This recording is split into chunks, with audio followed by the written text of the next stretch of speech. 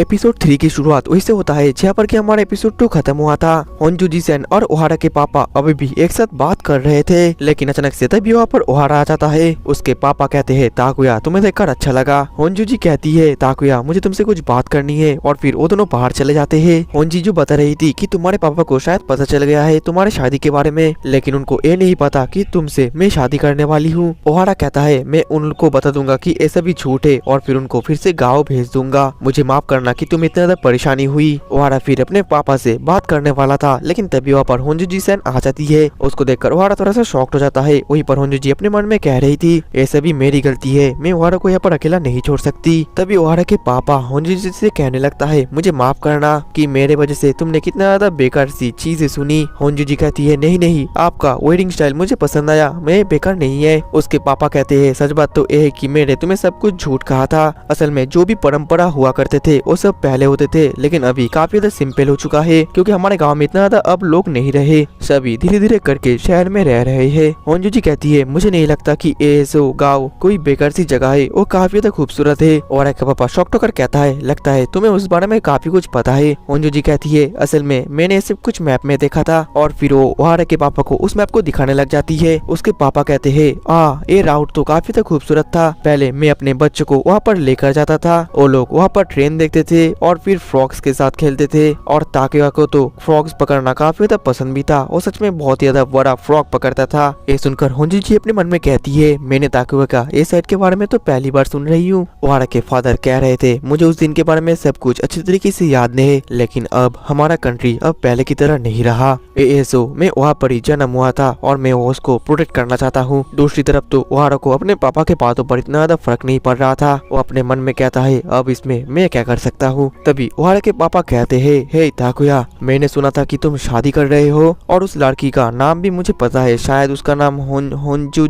वहीं पर उसके पापा के बात को सुनकर तो दोनों ही काफी ज्यादा हैरान हो जाते हैं। उसके पापा फियांसे के नाम पूरा ले पाते उससे पहले ताकुया उनको रोक लेता है और कहता है इस वीकेंड में घर पर वापस जाऊंगा और मेरे शादी के रिलेटेड आपके साथ काफी लंबे बातें करूंगा। जिसके बाद ओहारा के पापा वहाँ से चले जाते हैं। होंजू पूछती है ओहारा क्या तुम सच में अपने घर में जाओगे? ओहारा कहता है हाँ मुझे जाना पड़ेगा, मुझे इस शादी के साथ साथ और भी कुछ डिस्कस करना है। होंजू अपने मन में कहती है शायद से ओहारा का प्रॉब्लम काफी ज्यादा बड़ा है, मुझे इसमें इंटरप्ट नहीं करना चाहिए, जबकि इसमें होम टाउन और फैमिली की बात आती है। अब अगले दिन में ऑफिस के अंदर कुरोकावा ओहारा को कह रही थी मैं चाहती हूँ कि तुम किसी को गाइड करो। ओहारा शॉक्ड होकर कहता है क्या मैं और गाइड? कुरोकावा कहती है लिग्डबर्ग की प्रिंसेस अभी करंटली जापान में घूम रही है और वो आज टोक्यो घूमना चाहती है क्योंकि आज उनका आखिरी दिन है और उन्होंने हमारे कंपनी को चूज करा है। ओहारा पूछता है लेकिन आखिरकार मैं ही क्यों? कुरोकावा कहती है क्योंकि वो प्रिंसेस हमेशा लड़कों को अपने पास रखती है, इस वजह से इस बार भी वो एक लड़का गाइड चाहती है। ओहारा कहता है लेकिन प्रिंसेस तो शादीशुदा है। कुरोकावा बताने लगती है शायद उसका कुछ अलग सा रीजन हो सकता है और मैं बाकी लड़कों को तो नहीं कह सकती क्योंकि मैं उनको एक प्रॉपर गाइड देना चाहती हूँ और मुझे तुम ही सही लगते हो। कल तुम आफ्टरनून में उस जगह पर पहुँच जाना। और फिर वो चली जाती है और ओहारा को तो काफी ज्यादा परेशानी हो जाती है। दूसरी तरफ ऑफिस के अंदर तो एक खबर सुनने के बाद थोड़ा सा हलचल मच जाता है। वहीं पर जो ओहारा था वो तो लिग्डबर्ग की प्रिंसेस के रिलेटेड कुछ रिसर्च करने लगता है और वो करते हुए वो परेशान हो जाता है और कहता है प्रिंसेस शायद थोड़ी सी पार्टी टाइप है, ये शादीशुदा है, इनको लड़के पसंद है, ऊपर से मुझे अपने घर पर जाना होगा,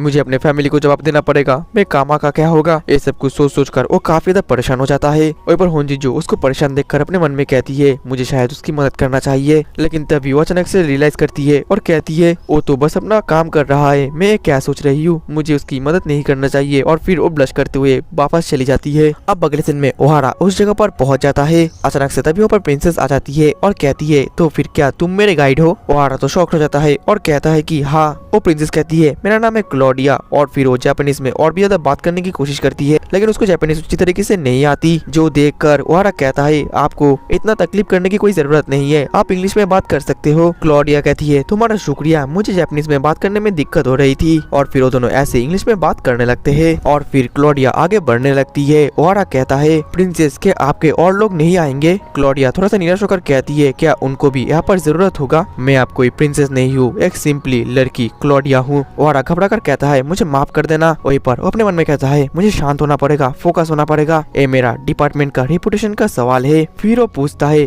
कि प्रिंसेस क्या आपका आज कोई विश है? क्लोडिया कहती है हाँ, आज मैं किसी ऐसी जगह में घूमना जाना चाहती हूँ जो कि मैंने पहले नहीं देखा हो। ये सुनकर तो ओहारा निराश हो जाता है और अपने मन में कहता है लगता है इनका कोई प्लान नहीं है। अब अगले सीन में हम देख पाते हैं कि ओहारा क्लोडिया को एक श्राइन में लेकर आता है और उस श्राइन को देखकर तो क्लोडिया काफी ज्यादा खुश हो जाती है और चारों तरफ बस फोटो खींचने लगती है। ये देखकर ओहारा को थोड़ा सा राहत मिलती है और अपने मन में कहता है अच्छा हुआ ये इनको पसंद, क्योंकि मुझे पता था कि इनको कैट्स पसंद है। ये सोशल मीडिया में काफी ज्यादा फेमस भी है। तभी कुरोकावा ओहारा को काफी ज्यादा गुस्से में आकर कॉल करती है और कहती है तुम कहाँ पर हो, प्रिंसेस कहाँ पर है? ओहारा कहता है प्रिंसेस अभी मेरे साथ है और मैं उनको अच्छी तरीके से गाइड कर रहा हूँ। और फिर वो कॉल कट कर देते हैं। कुरोकावा अपने मन में कहती है क्या वो दोनों ठीक होंगे? क्या ओहारा अपना काम अच्छे तरीके से कर भी पाएगा? इसके बाद ओहारा और क्लोडिया काफी सारा जगह घूमते हैं और काफी सारे एक्टिविटीज भी करते हैं। क्लोडिया तो ये सब कुछ करके काफी ज्यादा खुश थी और फिर वो ओहारा को कहती है इस बार तुम मुझे किसी अनएक्सपेक्टेड जगह पर लेकर चलो। ओहारा कहता है कि आपको ऊंची जगह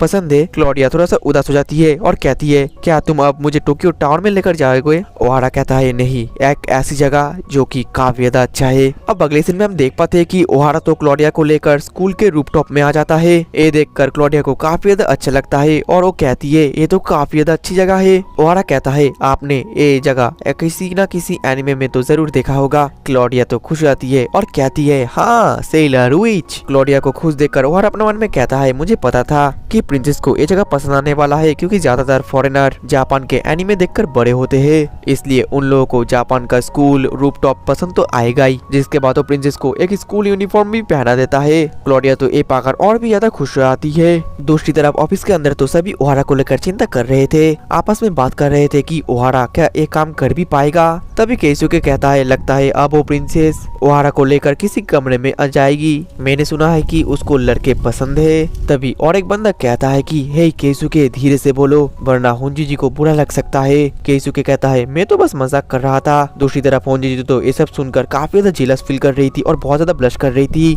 लेकिन वो अपने मन में कहती है वो ऐसे भी ओहारा जो भी करता है मुझे फर्क नहीं पड़ता, हम दोनों थोड़ी ना रियल में शादी करने वाले हैं। दूसरी तरफ वो लोग तो अभी भी मजाक कर रहे थे। तभी ओहारा कहता है प्रिंसेस अब रात हो चुका है, अब हमें रहने देना चाहिए। क्लोडिया कहता है तुमने बिल्कुल सही कहा, आज मुझे काफी ज्यादा मजा आया। ओहारा अपने मन में कहता है अच्छा हुआ कि इनको मजा आया, लेकिन आज मैं काफी ज्यादा थक गया हूँ। तभी क्लोडिया कहती है ताकुया मैं और एक जगह पर जाना चाहती हूँ। फिर वो ओहारा को पकड़ लेती है और उसके काफी ज्यादा क्लोज कर कहती है तुम मुझे तुम्हारे कमरे में लेकर चलो। ये सुनकर तो ओहारा काफी ज्यादा हैरान हो जाता है। अब अगले सीन में हम होंजी जी को देख पाते हैं जो कि ओहारा के अपार्टमेंट के सामने आ जाती है और अपने मन में कहती है पता नहीं मैं यहाँ पर कैसे आ गई। ओ हाँ, मैं तो ओहारा को ये देने वाली थी। और फिर वो उसको बॉक्स में रखने की कोशिश करती है, लेकिन बॉक्स में और जगह नहीं रहता, जिस वजह से वो ओहारा के कमरे के सामने चली जाती है और कहती है मैं यहाँ पर ये रख देती हूँ। लेकिन तभी वो रियलाइज कर पाती है कि ओहारा तो कमरे के अंदर ही है और कमरे के अंदर प्रिंसेस भी है। ये देखकर वो कमरे के अंदर झांकने लगती है, लेकिन तभी वो रियलाइज कर पाती है कि वो क्या कर रही है। फिर वो चली जाती है, लेकिन वो अपने आप को रोक नहीं पाती और फिर उन दोनों को फिर से खिड़की से झांकने लगती है। और उन दोनों को एक ही कमरे के अंदर देखकर और क्लोडिया को एक स्कूल यूनिफॉर्म देखकर वो तो गलतफहमी कर लेती है और अपने ऑफिस के अंदर अपने कलीग्स के बातों को याद करने लगती है कि उन लोगों ने क्या कहा था। वही पर वो अपने मन में कहती है नहीं नहीं ऐसा नहीं हो सकता, मैं गलत सोच रही हूँ। तभी जो क्लोडिया है वो होंजी जी को देख लेती है और कहती है बाहर कोई है।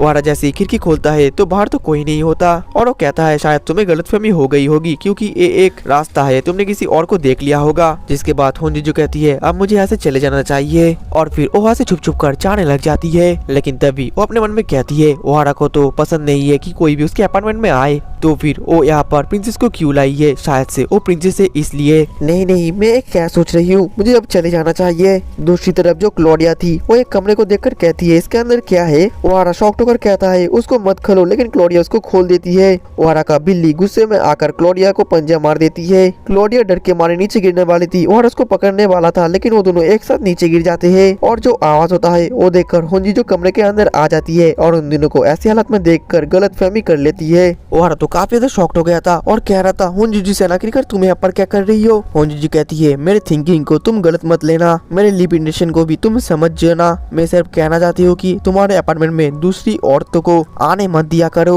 ओहारा तो शॉक्ड हो गया था और कह रहा था ठीक है। तभी क्लोडिया कहती है हे तुम तो रिका सेन हो, तुमसे मिलकर अच्छा लगा। अब अगले ही पल हमें पता चलता है कि प्रिंसेस भी रिका सेन से मिलना चाहती थी, लेकिन जो होंजी जी थी उसको तो सब गलतफहमी हो गई। इस वजह से वो काफी ज्यादा एम्बैरेस फील करने लगती है और अपने मन में कहती है मैंने एक क्या क्या सोच लिया था था। वहीं पर हम पास्ट के सीन को देख पाते हैं जहाँ पर क्लोडिया ने जब ओहारा से पूछा था कि वो उसके घर आ सकता है कि नहीं, तब ओहारा ने उसको सीधा बता दिया था कि मैं तुम्हें नहीं ला सकता क्योंकि मेरा एक फियांसे है। प्रेजेंट में क्लोडिया कहती है तुम दोनों काफी ज्यादा अच्छे कपल हो। वो दोनों शर्मा जाते हैं और कहते हैं ऐसे मत कहो।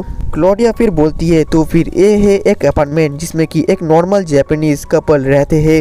असल में मैं सोच रही थी कि मैं रॉयल लिंडबर्ग फैमिली को छोड़ दूं। ये सुनकर तो ओहारा और होंजी दोनों ही काफी ज्यादा शॉक्ड हो जाती है। वहीं पर क्लोडिया बताने लगती है असल में मेरा एक लवर है, पहले हम दोनों एक साथ काफी ज्यादा समय बिताया करते थे। और फिर क्लोडिया अपने लवर को भी दिखा देती है जो कि और कोई नहीं बल्कि एक लड़की थी और वो दोनों ही एक दूसरे को काफी अच्छी तरीके से प्यार करते थे, लेकिन अपने प्रिंसेस के पोजीशन की वजह से उसको जबरदस्ती शादी करना पड़ा। लेकिन कुछ साल बीतने के बाद वो अपने लवर को नहीं भूल पाई और उसके शादी करने से या ना करने से उसके कंट्री के लोगों को भी उतना ज्यादा फर्क नहीं पड़ा था। और क्लोडिया ये भी कहती है इस वजह से मैं सोच रही हूँ कि मैं अपने लवर के पास वापस जाऊंगी और एक नॉर्मल कपल की तरह समय बिताऊंगी, बिल्कुल तुम लोगों की तरह। और मारी को बुरा ना लगे इस वजह से मैं हमेशा हमारे पास लड़के रखती थी, लेकिन लोग इस वजह से मुझे काफी ज्यादा बुरा भला कहते थे। ये सुनकर ओहारा अपने मन में कहता है तो ये थी असली बात। और फिर क्लोडिया उन दोनों को इतना सब कुछ करने के लिए थैंक यू कहती है और वहाँ से चली जाती है। क्लोडिया के जाने के बाद तो जो होंजी थी ओहारा से माफी मांगती है। ओहारा कहता है तुम्हें माफी मांगने की कोई जरूरत नहीं है, लेकिन तुम क्या यहाँ पर किसी वजह से आए थे। तभी होंजी उसको एक गिफ्ट दे देती है। ओहारा जैसे उस गिफ्ट को खोलता है